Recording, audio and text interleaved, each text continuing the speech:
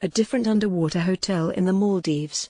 Hotel visualizations for Zen Resort at Kudhivara, Maldives. In a tiny nation that will likely be underwater due to sea level rise within the next century, an American luxury hotel chain is constructing an underwater hotel room that the world's wealthiest will be able to reserve for $50,000 a night. No one seems to have noticed the irony, but it's hard to imagine a more perfect example of the way we think about climate change, a scary thing that will happen at some point in the future but not a problem worth mentioning in the present. When you search for the Maldives, a country composed of 1,192 islands that speckle the Indian Ocean southwest of Sri Lanka, on Google Maps, the names of the biggest islands appear in a blank sea. You have to zoom in to identify the minute slivers of land that are home to a population of 400,000. Soon even these slivers will be gone. With an average elevation of about 4 feet, and with literally zero hills or mountains, the Maldives is the world's lowest lying country. It will not survive the sea level rise caused by anthropogenic climate change. Amazingly, the hotel press release made no mention of Nasheed's stunt, nor of the climate vulnerability of the Maldives. In 2009, then-President Mohammed Nasheed tried to broadcast the plight of the Maldives by holding what he called the world's first underwater cabinet meeting.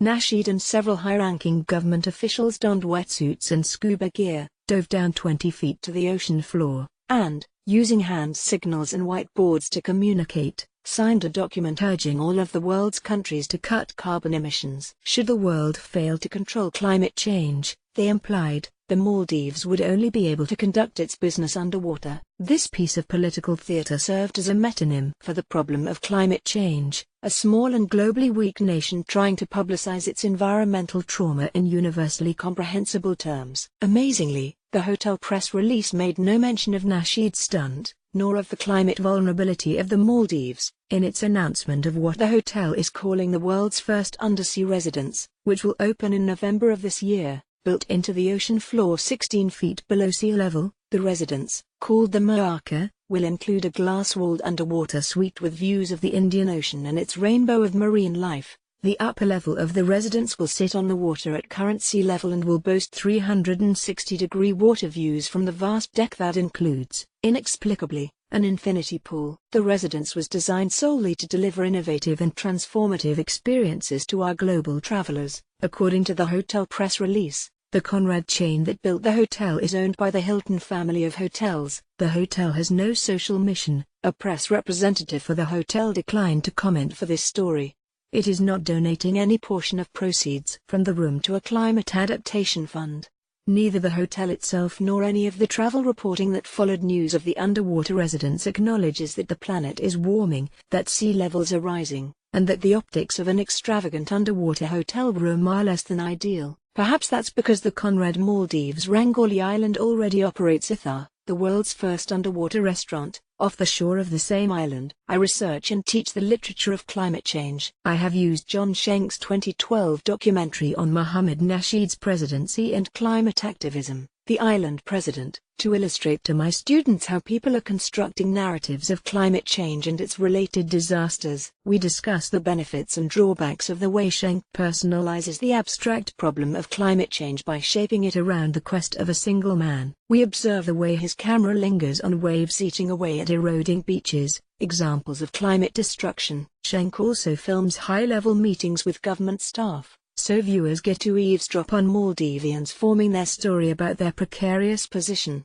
The reason that Maldives is unique is that we're going to lose an entire nation, and identity, culture, all these things, says Aminath Shauna, then the president's climate coordinator. In one scene, other countries will suffer, she says, but the Maldives will disappear. I am not the only one who was stirred by this message. The Maldives has become such a prominent example of climate vulnerability in academic circles that my colleagues in environmental studies simply did not believe me when I told them that the Conrad designers were not thinking about climate change when they dreamed up their underwater luxury zone. One had assumed Moaka was an example of ecotourism, meaning it must be catering to tourists interested in not only experiencing a local ecosystem but in potentially aiding in its conservation. Another half-jokingly said the Moaka must connect to climate change, because climate change is the only reason anyone has heard of the Maldives.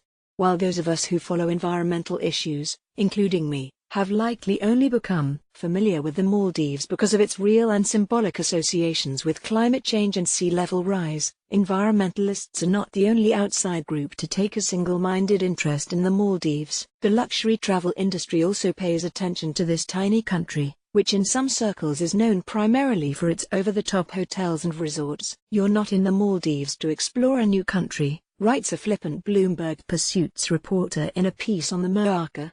"You're there to feel like the world's most glamorous castaway. Your hotel room is your destination. You'd better pick a good one." Both groups, the environmentalists and the luxury travelers, fall into the same trap. What Chimamanda Ngozi Adichie famously calls the danger of the single story. The environmentalists see the Maldives only as a place that is tragically vanishing due to the ravages of global climate change. The travelers see the Maldives only as a bunch of fancy hotel rooms plopped on pretty islands. Travelers get their story from the highly polished global travel industry, which presumably doesn't want its customers worrying about sea level rise or political unrest while enjoying their high-end vacations. For a time, we environmentalists got our story from the Maldivian government. In 2008, after several stints in jail as a political prisoner, Mohamed Nasheed became the first democratically elected president of the Maldives and immediately made climate change its keystone issue. He founded V20, a coalition of nations particularly vulnerable to climate change.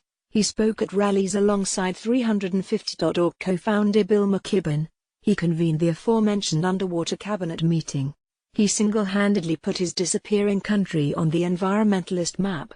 But in 2012, Nasheed was forced to resign in what he claimed was a coup. He was sentenced to 13 years in prison and now lives in exile. Maldivian climate activism vanished along with him. The current president, Abdullah Yameen, is a relative of Maumoon Abdul Gayoom, the autocratic ruler who held power in the Maldives for 30 years before Nasheed was elected. Yameen cares much more about developing the Maldives now, including its thriving tourism industry, than about preparing the islands for a climate-changed future, either by urging the world to reduce carbon emissions, building seawalls to reduce erosion and flooding, or purchasing land abroad to serve as a future home for Maldivians who will be displaced by sea level rise. Some recent on-the-ground reporting and ethnographic research suggests that many Maldivians have long accepted this approach, favoring unrestrained economic and technological advances over Nasheed's long-lost pledge to make the Maldives the world's first carbon-neutral country by 2020. Sea level rise is perceived as a chronic problem that the country needs to address but not as the existential crisis it is. We traffic in the same willed ignorance here in the States as we continue to build expensive condos in Miami and pump flood water from the low streets of Norfolk, Virginia.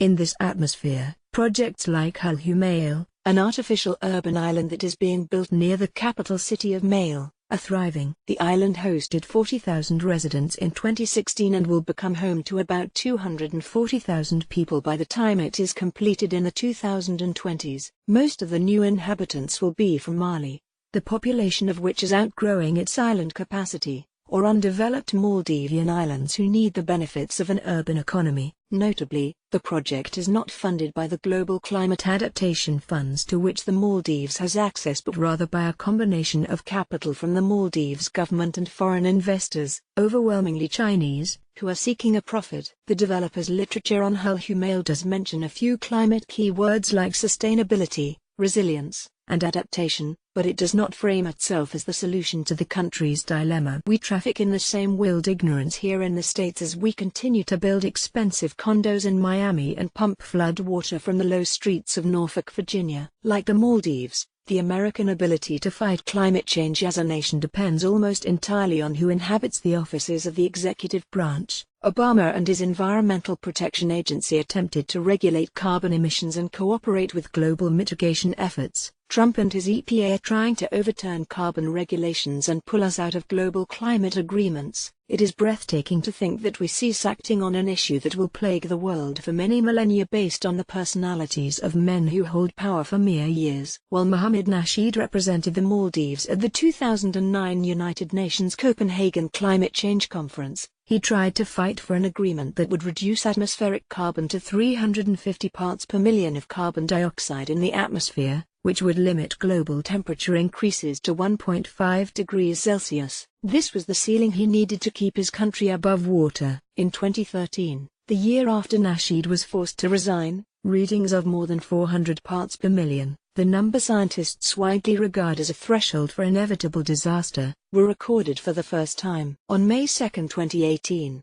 the National Oceanic and Atmospheric Administration recorded a reading of 409 parts per million at Mauna Loa, Hawaii. Maybe the Mo'aka residents will do some good after all. We may soon need the technology to build many more residences at the bottom of the rising sea. Let's hope they can make it cost efficient.